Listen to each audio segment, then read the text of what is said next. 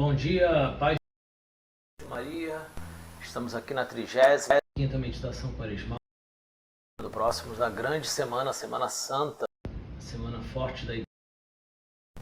Viveremos a paixão de Cristo, a morte e a sua ressurreição. Vamos continuar na meditação quaresmal de Santo Tomás de Aquino nesta terça-feira depois do primeiro domingo da paixão. Em nome do Pai, do Filho e do Espírito Santo. Amém. O sepulcro de Cristo. Por que molestais esta mulher? Ela fez-me verdadeiramente uma obra boa.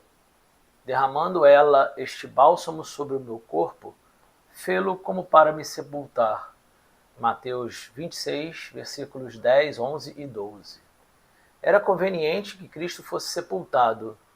Santo Tomás vai dizer em alguns pontos. O primeiro, para comprovar a verdade da sua morte, pois ninguém é posto num sepulcro senão quando consta que está verdadeiramente morto.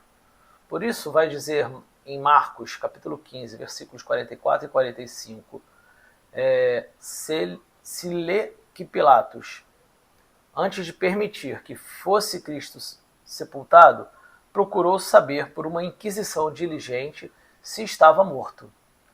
Segundo ponto, porque tendo ressurgido do sepulcro, deu a esperança de ressurgir por meio dele aos que estão sepultos. Ele foi dando o exemplo, foi dando a inspiração suficiente para que acreditássemos que quem estiver no sepulcro também pode viver essa ressurreição que Jesus vai mostrar na sequência. Segundo aquilo que o Evangelho diz em São João, capítulo 5, versículo 28, todos os que se acham nos sepulcros ouvirão a voz do Filho de Deus. O terceiro ponto é para que nos dê exemplo.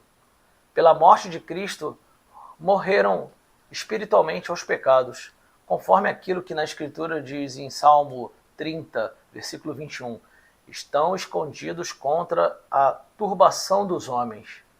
Por isso, diz o apóstolo em Colossenses capítulo 3, versículo 3, já estás mortos e a vida está escondida com Cristo em Deus.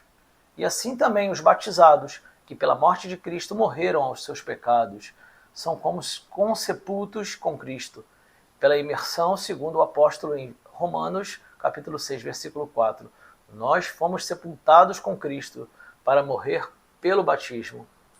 Assim, como a morte de Cristo obrou eficientemente a nossa salvação, também a sua sepultura. Por isso, Jerônimo diz, ressurgimos pela sepultura de Cristo.